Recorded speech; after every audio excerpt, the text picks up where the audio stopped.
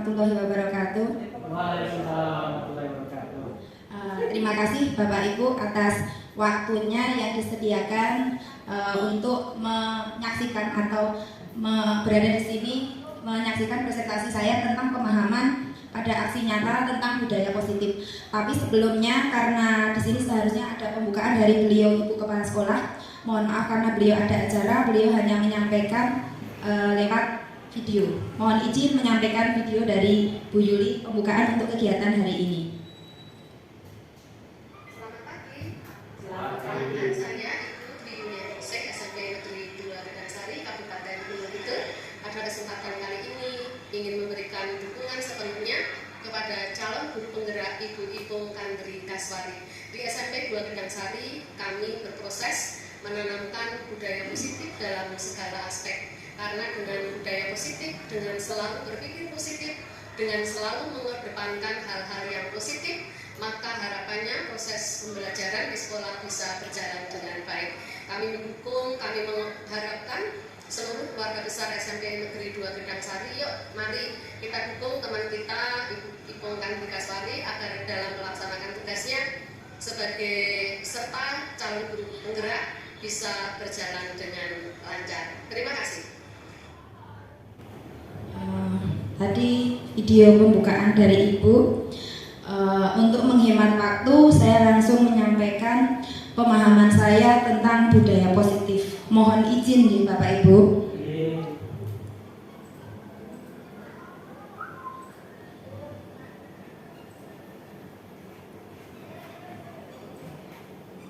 Ya. Di sini saya akan menyampaikan apa itu budaya positif, tapi sebelumnya sekilas saya ingin menyampaikan atau berkenalan dulu walaupun sebenarnya sudah kenal nih. Nama saya Ipung Kandri Kaswari SSI, saya adalah CGP Angkatan 6 dari wilayah Gunung Kidul, Daerah Istimewa Yogyakarta. Saya akan menyampaikan tentang budaya positif. Sebenarnya ada pertanyaan pemantik di sini yang akan kita jawab atau saya ingin jawaban dari Bapak Ibu guru. Ada pertanyaan, hukuman dapat mendisiplinkan anak. Setuju atau tidak Bapak? Setuju. Yang kedua, pemberian hukuman dengan hal positif seperti membaca atau membersihkan halaman sekolah dapat meningkatkan disiplin anak. Setuju? Setuju. Oh, setuju. Yang ketiga, memberi penghargaan dapat meningkatkan motivasi belajar anak. Oh, setuju. Oke. Kita menganggap bahwa semuanya itu setuju, tapi nanti kita lihat setelah kita mempelajari materi, apakah kita masih setuju dengan pernyataan-pernyataan di depan. Lanjut. Nah, nanti akan ada 6 topik Bapak Ibu, ada tentang disiplin positif dan nilai-nilai kebajikan universal, teori motivasi, hukuman, penghargaan, dan restitusi. Mungkin istilah yang baru kita dengar, apa itu restitusi. Selanjutnya ada keyakinan kelas, ada juga kebutuhan dasar manusia dan dunia berkualitas. Nah, yang akan kita ambil adalah yang paling poin dari modul ini adalah restitusi. Apa itu restitusi? Nanti terdiri dari 5 posisi kontrol, dan di dalam 5 posisi kontrol ini kita harus mengambil salah satu posisi, dan di dalam posisi itu kita akan menggunakan segitiga restitusi.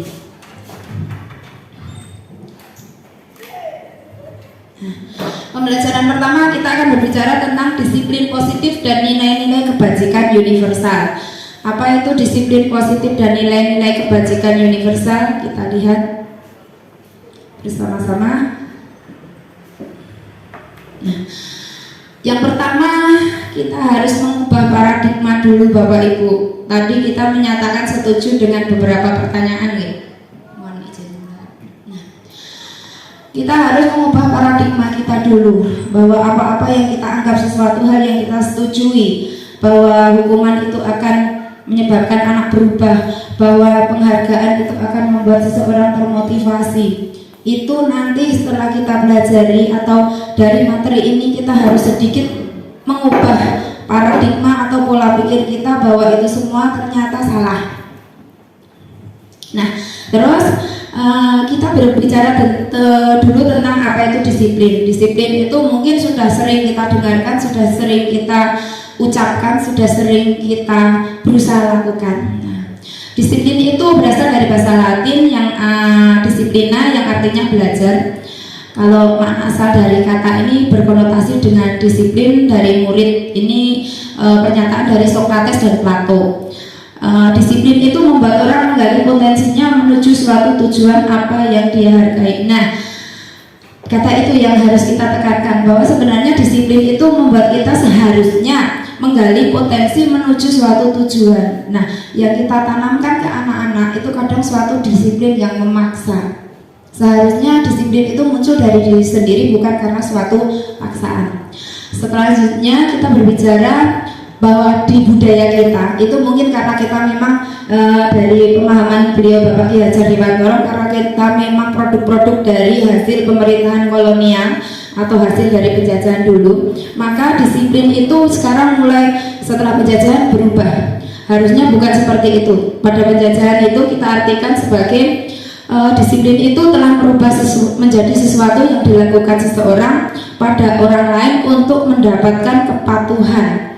Kecenderungan umumnya adalah menghubungkan kata disiplin dengan ketidaknyamanan, bukan dengan apa yang kita hargai atau pencapaian suatu tujuan mulia.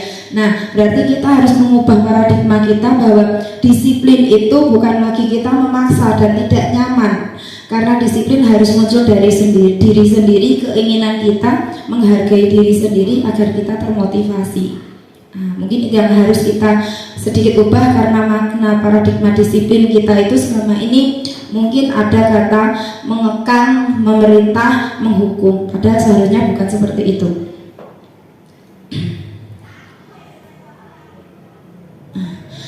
Nilai-nilai kebajikan universal. Disiplin yang beliau inginkan Bapak kita Ki Hajar Dewantara itu adalah disiplin yang dari diri, memotivasi diri itu tadi. Itu berkaitan dengan nilai-nilai kebajikan universal. Nilai-nilai kebajikan universal itu adalah sifat-sifat positif manusia yang merupakan tujuan mulia yang ingin dicapai setiap individu. Itu bersifat universal. Berarti seluruh dunia sama, tanpa memandang suku, bahasa, ras, dan lain sebagainya. Nah, itu ada juga dari Dr. William Glasser dalam teori kontrolnya juga mengatakan bahwa nilai-nilai kebajikan itu akan memotivasi intrinsiknya. Jadi itu harus dari dalam. Jadi nggak boleh kita menerapkan disiplin ke anak dengan menggunakan hukuman dan lain sebagainya. Kita harus menggali dari hati mereka sendiri agar mereka tergerak seperti itu. Kalau menurut bapak-bapak seperti Bapak Ki Hajar Dewantara, Bapak Dian Gosen, dan Bapak William Glasser, tujuannya apa toh? Poinnya apa toh? Poinnya itu yang paling utama adalah untuk menuju pada profil pelajar Pancasila yang beriman bertakwa, yang ada 6 dimensi itu ya Bapak Ibu bisa dilihat sendiri. Ada beriman bertakwa, mandiri, bernalar kritis, berbineka global, bergotong royong, kreatif. Itu semua ada di dalam profil pelajar Pancasila. Selanjutnya kita berbicara tentang yang kedua.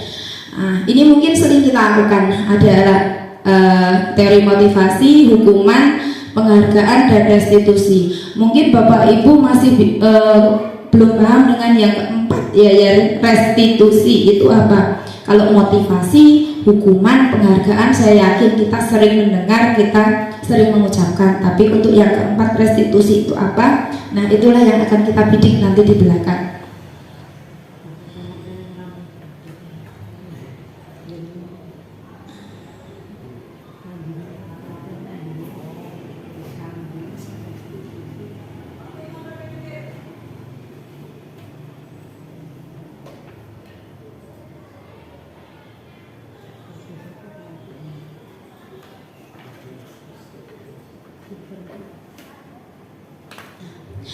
Teori motivasi perilaku manusia. Biasanya kalau kita mengatakan hukuman itu untuk apa toh? Apakah itu nyaman? Hukuman itu karena tiba-tiba ada. Kalau kita ada hukuman, kalau orang melakukan pembunuhan atau kegiatan yang dihukum itu kan dia tidak, apakah dia berbicara konsekuensi dan lain sebagainya? Tidak. Hukuman itu datang tiba-tiba. tanpa adanya pembicaraan di depan. Nah, kita berbicara tentang teori motivasi perilaku manusia. Bu, kenapa ada hukuman? Untuk menghindari apakah itu motivasinya dari dalam? Tidak, hukuman itu motivasinya dari luar. Nah, kenapa kita ada motivasi? Tujuannya untuk apa? Tujuan pertama untuk menghindari hukuman atau ketidaknyamanan, itu eksternal. Yang kedua untuk mendapatkan imbalan dari orang lain. Nah, penghargaan seperti itu ya.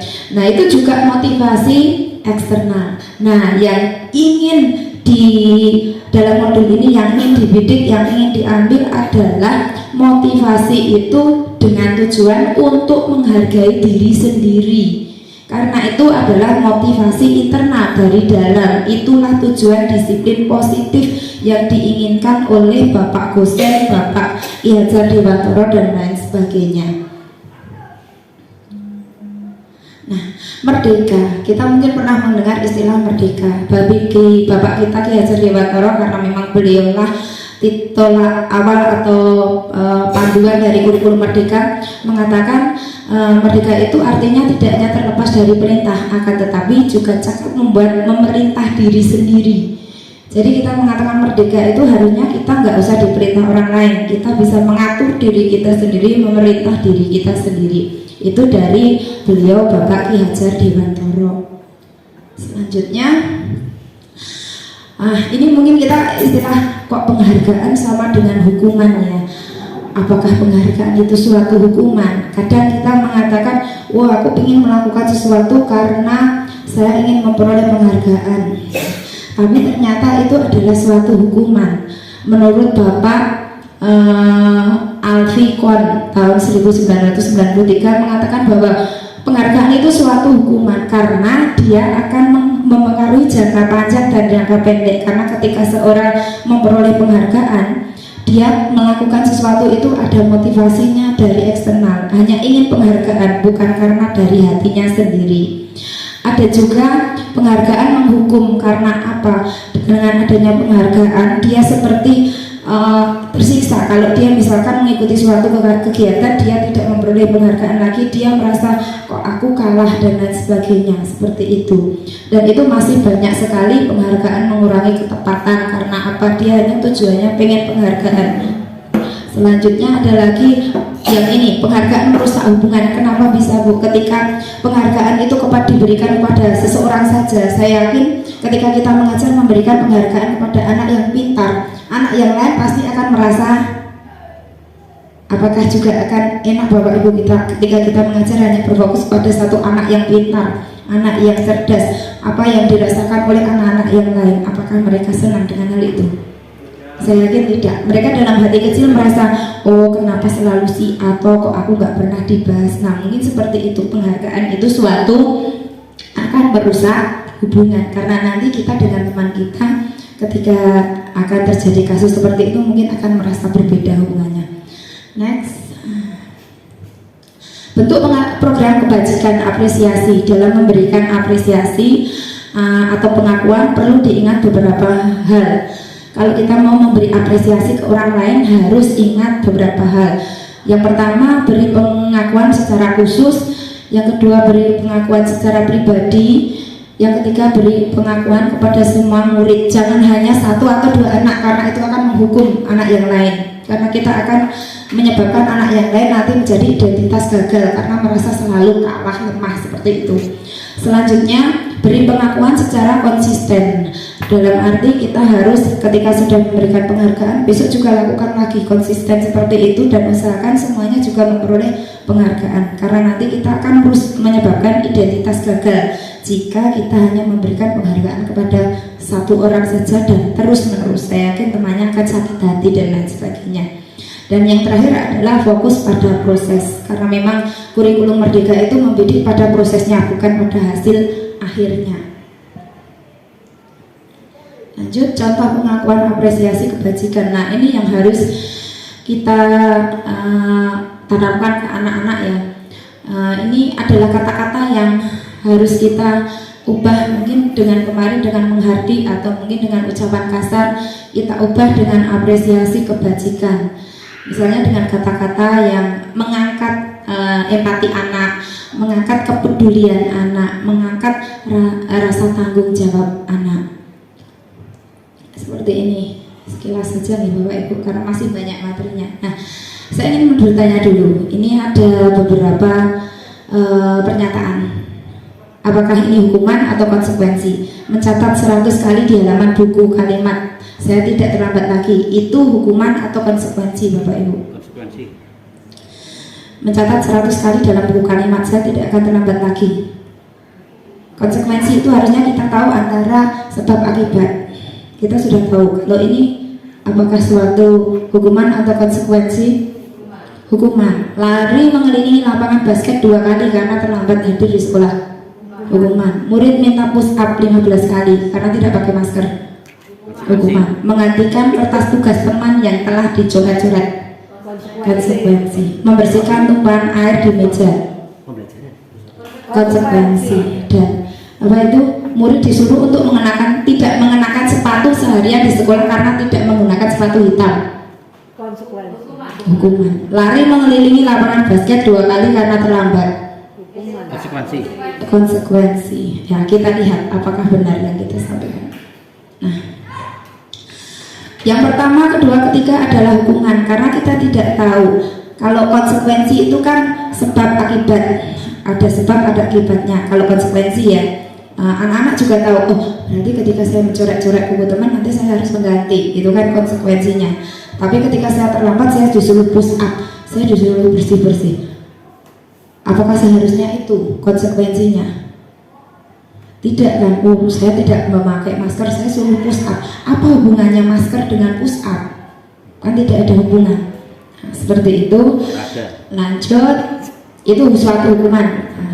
Nah, ini mungkin setelah sedikit pematik di depan akan kita pahami apa sih bedanya hukuman dan konsekuensi. Yang harus kita berikan ke anak itu adalah konsekuensi, bukan hukuman, karena hukuman itu sepihak ya kita baca. Kalau hukuman itu menyakitkan, kalau konsekuensi sebab akibat. Kalau hukuman sakit, anak akan sakit. Kalau konsekuensi karena dia tahu saya melakukan A akan memperoleh B, dia harusnya tahu konsekuensinya. Selanjutnya hukuman, akibatnya anak membenci disiplin. Kita disiplinkan dengan hukuman, akibatnya anak akan benci. Tetapi ketika kita berikan konsekuensi, dia diharapkan anak akan menghargai disiplin. Hukuman itu paksaan, konsekuensi stimulus tanggapan. Terus mungkin bisa dibaca sendiri ya Bapak Ibu, inilah perbedaan antara hukuman dengan konsekuensi. Dan beliau Bapak kita Ki Hajar Dewantara menginginkan adanya konsekuensi, bukan hukuman, karena hukuman itu bersifat menyebabkan disiplin yang tidak positif dan munculnya identitas gagal pada peserta didik. Nah, ini mungkin yang sedikit dari awal tadi saya tanyakan atau saya sampaikan bahwa ini sebenarnya suatu hal yang baru bagi kita, yaitu restitusi. Restitusi itu adalah suatu proses menciptakan kondisi bagi murid untuk memperbaiki kesalahan mereka sehingga mereka bisa kembali pada kelompok mereka dengan karakter yang lebih kuat. Berarti di sini adalah kita ciptakan anak untuk tahu kesalahannya. Tujuannya biar bisa kembali lagi ke kelompoknya dengan sifat baru, dengan karakter baru yang muncul dari ketika dia mengetahui apa itu kesalahannya, dia bisa kembali ke kelompoknya. Terus restitusi juga merupakan suatu proses kolaboratif yang mengajarkan murid mencari solusi. Kenapa dibilang kolaboratif? Karena restitusi itu dilakukan oleh guru atau wali atau kita sebagai pengajar dengan murid. Jadi kita nanti kalau restitusi itu berbicara dengan anak. Dan selanjutnya tujuannya mulia adalah bagaimana mereka harus memperlakukan orang lain. Jadi nanti menurut Gosen itu restitusi itu intinya adalah kita berbicara dengan murid, mencari sebab akibat dan mencari solusi. Itu yang diinginkan oleh Bapak Gosen. Lanjut. Nah, Bu, kenapa harus apa sih bedanya hukuman, konsekuensi dan restitusi? Satu hal yang pasti, hukuman identitas gagal. Identitas gagal itu apa? Anak penakut, anak pesimis, anak minder dan lain sebagainya. Itu adalah identitas gagal. Yang ingin kita wujudkan dari kurikulum Merdeka adalah identitas sukses. Karena bisa kita lihat di sini bahwa hukuman itu ternyata ternyata bersifat negatif semua kalau kita baca, menyakitkan, tidak nyaman, tidak ada keadilan, tersakiti, agresif, takut. Anak lama-lama nanti ketika kita beri hukuman pertama dia mungkin takut, kedua karena dia sudah terbiasa nggak takut, akhirnya nanti malah melanggar hukuman itu. Selanjutnya bisa kita baca sendiri ya. Yang terakhir adalah murid akan membenci peraturan karena merasa dikekang oleh peraturan, dan itulah identitas gagal yang bersifat negatif. Kalau konsekuensi itu bersifat netral karena sebab akibat, saya memecahkan gelas, saya mengganti, itu konsekuensi. Tapi ketika restitusi, di sana juga ada proses kita mengajak anak untuk berbicara bahwa yang kamu lakukan itu apa, akibatnya apa, dan cara solusinya bagaimana. Itu adalah di restitusi. Lanjut, kita berbicara tentang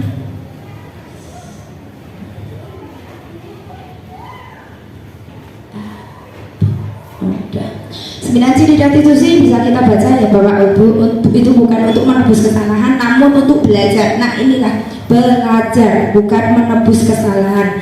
Konsekuensi itu juga menebus, tapi kalau restitusi itu belajar. Anak kita pati, anak kita ajak untuk berbicara, belajar. Lanjut, memperbaiki hubungan bukan paksaan. Lihat ke dalam diri, mencari kebutuhan dasar, karena anak itu nanti di belakang akan kita ketahui memiliki 5 kebutuhan dasar. Terus cara yang paling baik, karakternya, fokus pada karakter bukan pada tindakan. Jadi kita cari, nanti kita angkat karakter anak bukan tindakannya. Restitusi fokus pada solusi, solusinya apa nanti muncul. Terus mengembalikan murid yang berbuat salah pada kelompoknya agar dia bisa kembali masuk ke kelompoknya. Lanjut. Nah, keyakinan kelas, kita berbicara keyakinan kelas Bapak Ibu. Kenapa harus keyakinan kelas? Mengapa tidak peraturan saja? Karena selama ini kita mengatakan peraturan, karena peraturan konotasinya dengan hukuman. Jadi kita ubah yang awalnya hukuman menjadi restitusi atau konsekuensi. Yang awalnya itu adalah peraturan, kita ubah menjadi suatu keyakinan. Nah, terus ini, Bu, kok harus pakai masker? Kenapa harus memakai roda 2, memakai helm dan lain sebagainya? Tujuannya adalah satu, yaitu untuk keselamatan. Dan untuk keselamatan itu kalau kita paksa tidak bisa, itu harus muncul dari diri sendiri. Tapi kembali lagi, tadi di awal sudah kita bahas bahwa disiplin itu di tempat kita mengarah kepada sesuatu yang harus dipaksa. Tapi harus kita ubah sedikit demi sedikit bahwa disiplin itu bukan karena paksaan, harus muncul dari diri sendiri. Makanya anak sejak dini kita latih yang namanya restitusi ini tadi.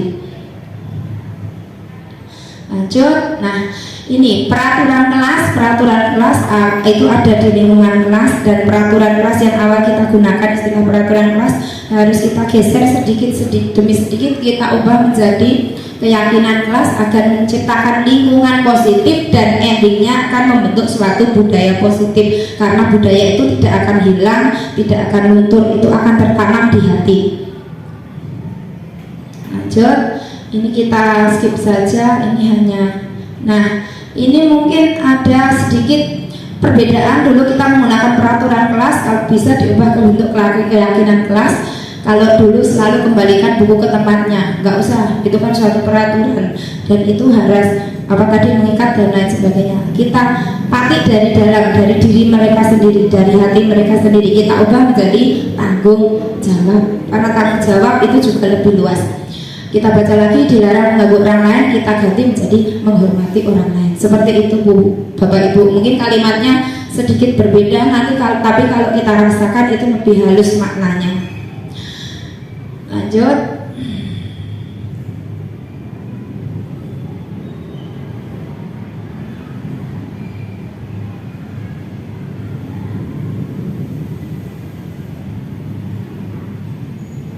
Kebutuhan dasar manusia dan dunia berkualitas. Ini adalah kita berbicara bahwa manusia, anak-anak kita itu kenapa melakukan kegiatan seperti itu? Itu pasti ada sesuatu hal yang tidak terpenuhi.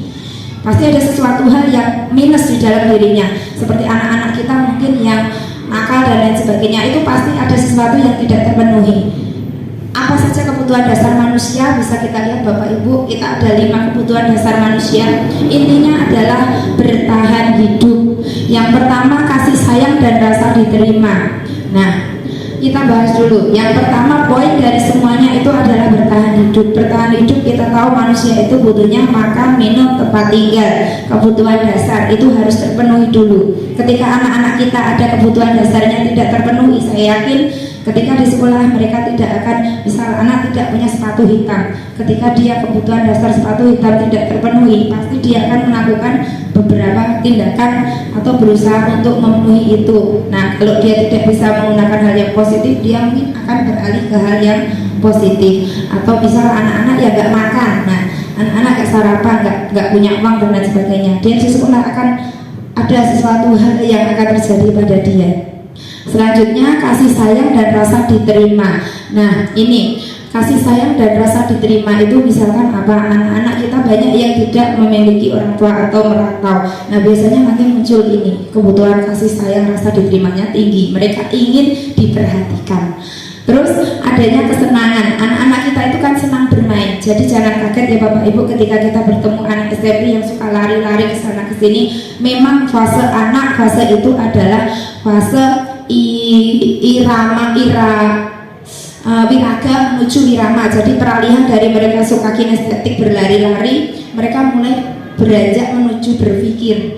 Selanjutnya adalah penguasaan. Nah, anak-anak kita di sini Bapak Ibu, ketika mereka bertengkar, ketika mereka berantem, ketika mereka membuli temannya, itu disinilah poinnya. Ketika anak SMP itu penguasaannya tinggi, ingin menjadi number one. Nah, itu masalahnya ketika kebutuhan dasar ingin terpenuhi. Nah, yang keempat adalah kebebasan, karena mereka ingin, sebenarnya mereka belum boleh berpikir tentang kebebasan karena mereka masih anak-anak, tetapi karena mereka dalam posisi labil, mereka berusaha ingin bebas, padahal mereka seharusnya masih didukung oleh orang tuanya. Nah, selanjutnya kita beralih ke 5 posisi kontrol. Nah, ini saya ingin jadi avatar. 5 posisi kontrol kita itu ada, posisi kontrol ada 5. Penghukum, pembuat orang merasa bersalah, teman, pemantau, manajer.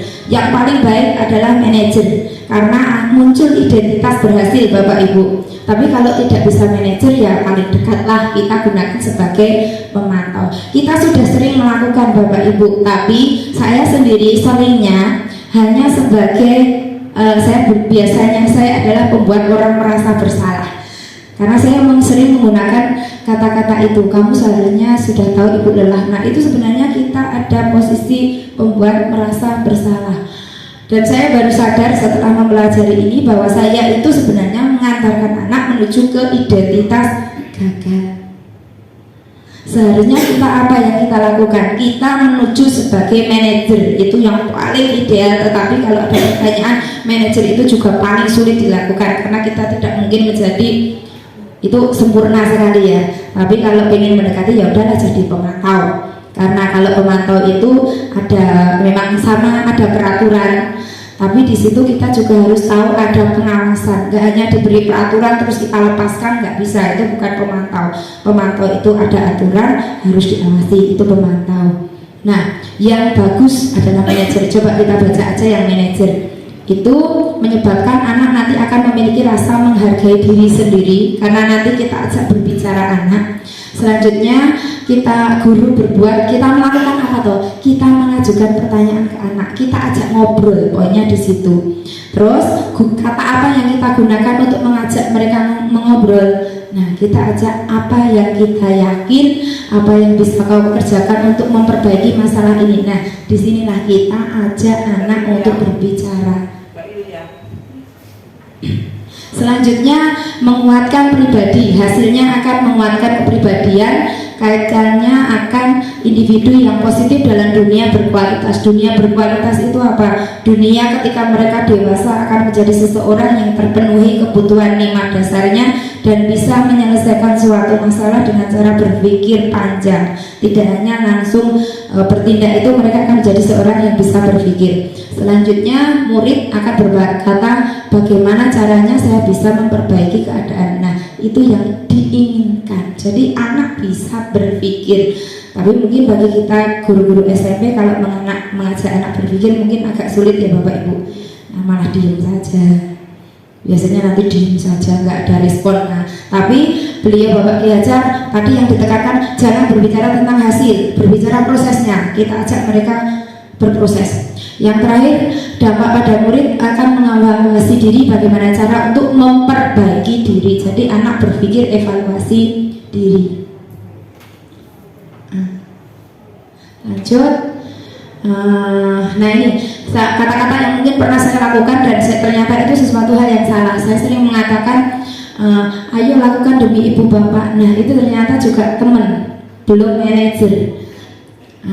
Kalau manajer memang di sini kita ajak mereka berpikir untuk menyelesaikan suatu masalah. Itu Bapak Ibu, sebagai seorang posisi manajer itu kita harus menyelesaikan masalah. Bagaimana kamu bisa menyelesaikan masalah ini? Berarti ajak anak untuk selalu berpikir, bukan dari kita, tapi anaknya kita gali untuk berpikir. Itu yang posisi sebagai manajer. Nah, kalau ini bergerak ya antara kalau kita sebagai manajer itu kita harusnya posisi yang paling ideal dua ini antara pemantau dan manajer. Kalau pemantau itu sebenarnya masih ada konsekuensi dan hadiah, tapi lumayan lah daripada kita menuju posisi teman atau pembuat rasa bersalah, karena itu identitas gagal semua. Kalau kita ingin melihat anak identitasnya berhasil, kita gunakan posisi sebagai pemantau atau manajer. Ini yang paling ideal. Segitiga restitusi. Nah ini tadi mungkin yang selalu saya bilang, apa tuh segitiga restitusi? Itu tadi menuju identitas berhasil anak, mengajak anak berbicara. Itu ada 3 tahap Bapak Ibu. Ketika anak membuat kesalahan, jangan langsung dihukum, jangan langsung diberi jas. Oh kamu itu anaknya ini, oh ini gak boleh seperti itu. Kalau di segitiga restitusi kita harus yang pertama menstabilkan identitas. Menstabilkan identitas itu seperti apa itu?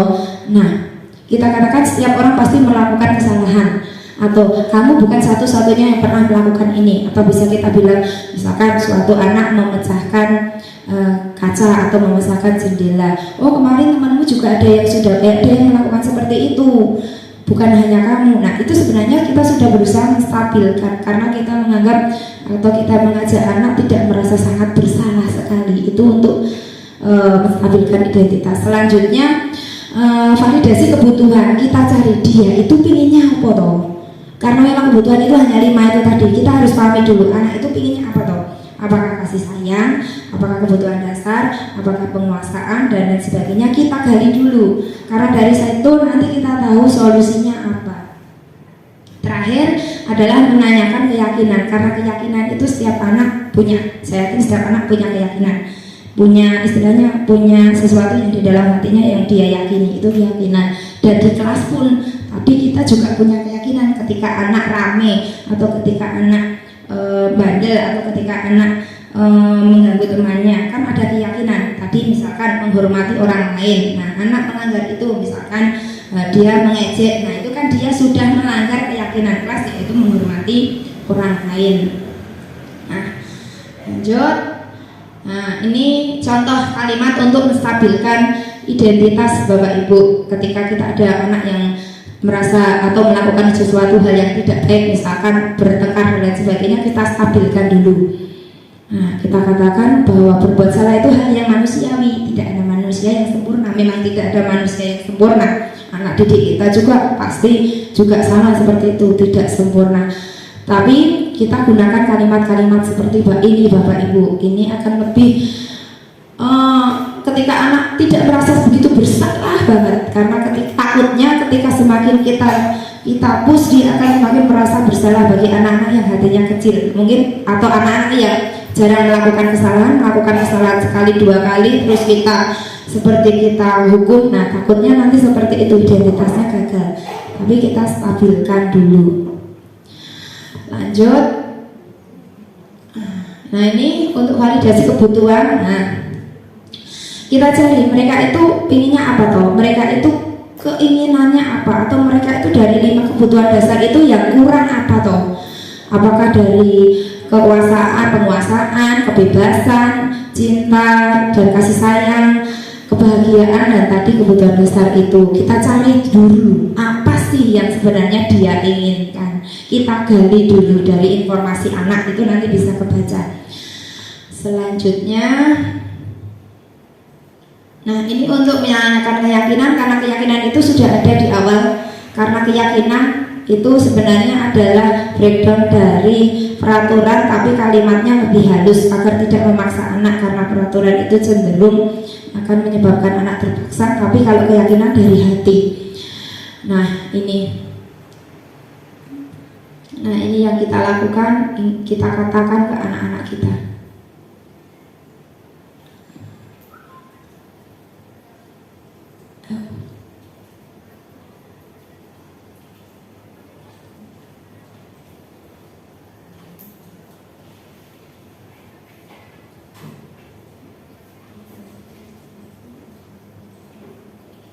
Saya rasa cukup sekian dari yang saya sampaikan. Intinya adalah satu, Bapak Ibu, kita harus mengubah, menghukum, menjustifikasi anak, karena itu akan menyebabkan anak menuju identitas gagal.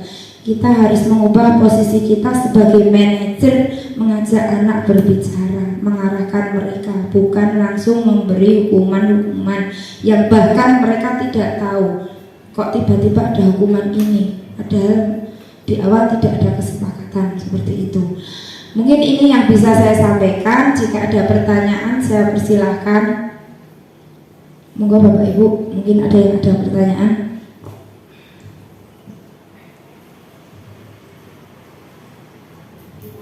Oh iya, monggo Ibu. Terima kasih waktunya yang diberikan kepada saya. Di sini saya mau bertanya mengenai apakah kita bisa menerapkan segitiga restitusi di SMP ini?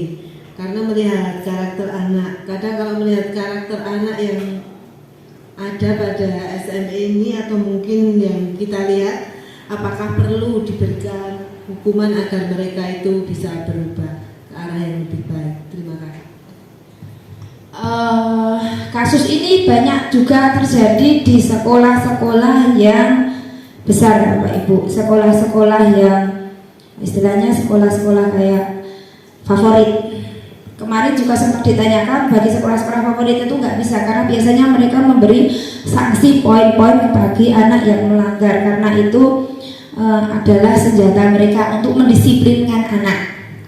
Nah, tetapi kembali lagi, kita harus belajar mengubah itu. Kita harus belajar mengubah yang awal suatu hukuman, awal kita hanya berikan hukuman, kita ubah dengan cara ajak anak berbicara. Maka jika institusi memang akan sangat berat, karena dengan 607-an ketidakmasalah tapi jika stakeholder bekerja sama, jika masalah pada kita dan semua itu tanggung jawab. Ketika misalnya jangan diserahkan ke guru BK, Bapak Ibu, kita sebagai wali, kita sebagai guru yang ada kita menyelesaikan masalah itu masalah depan ada pembelajaran kita. Jadi ketika segitiga kita pada BK saya ya motivasinya banyak sekali, tapi ketika kita bisa memposisikan diri sebagai guru yang melaksanakan segitiga restitusi, semua guru mampu melaksanakan segitiga restitusi, saya ingin itu akan selesai. Dan bahwa dengan segitiga restitusi kita akan lebih dekat anak. Seperti itu Bapak Ibu. Jadi memang kembali lagi di sekolah ini mungkin sulit, kelihatannya sulit, tapi ketika kita coba kerjakan bersama-sama, kata kuncinya adalah kembali bersama-sama, kolaborasi itu penting. Jadi semua harus bertanggung jawab. Seperti itu Bapak Ibu. Mungkin ada pertanyaan lagi? Monggo. Ya.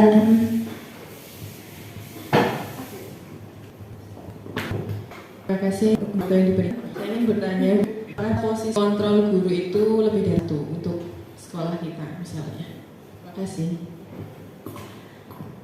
Posisi kontrol kita ada 5 ya Bapak Ibu. Tadi sebagai teman, membuat merasa bersalah, penghukum, pemantau, dan manajer. Dari kembali adalah manajer. Memang kalau kita lihat posisi kontrol itu kadang beririsan atau kadang ini saya bingung menentukan ini posisi kontrol apa, apakah hukum, apakah pembahasan. Tapi dari beliau dari Pak itu posisinya tinggi. cari kontrol yang tinggi. Kayak psikotawan itu memang sebisa mungkin jangan kita lakukan Bapak Ibu. Sebagai hukum bersalah dan teman itu bukan anak. Nanti itu menyebabkan jadi penakut, anak bersalah dan lain sebagainya. Jangan kita lakukan. Sekarang kita hindari, ubah posisi kita jangan sebagai 3 itu. Kita ubah sebagai pemantau atau manajer. Nah, biasanya posisi kontrol itu kita cari yang posisi kontrol tertinggi Bapak Ibu. Nah, dan kita usahakan posisi kontrol kita itu mendekati manajer. Karena itu paling baik, karena kita mengajak anak berbicara. Kalau manajer itu mengajak anak berbicara.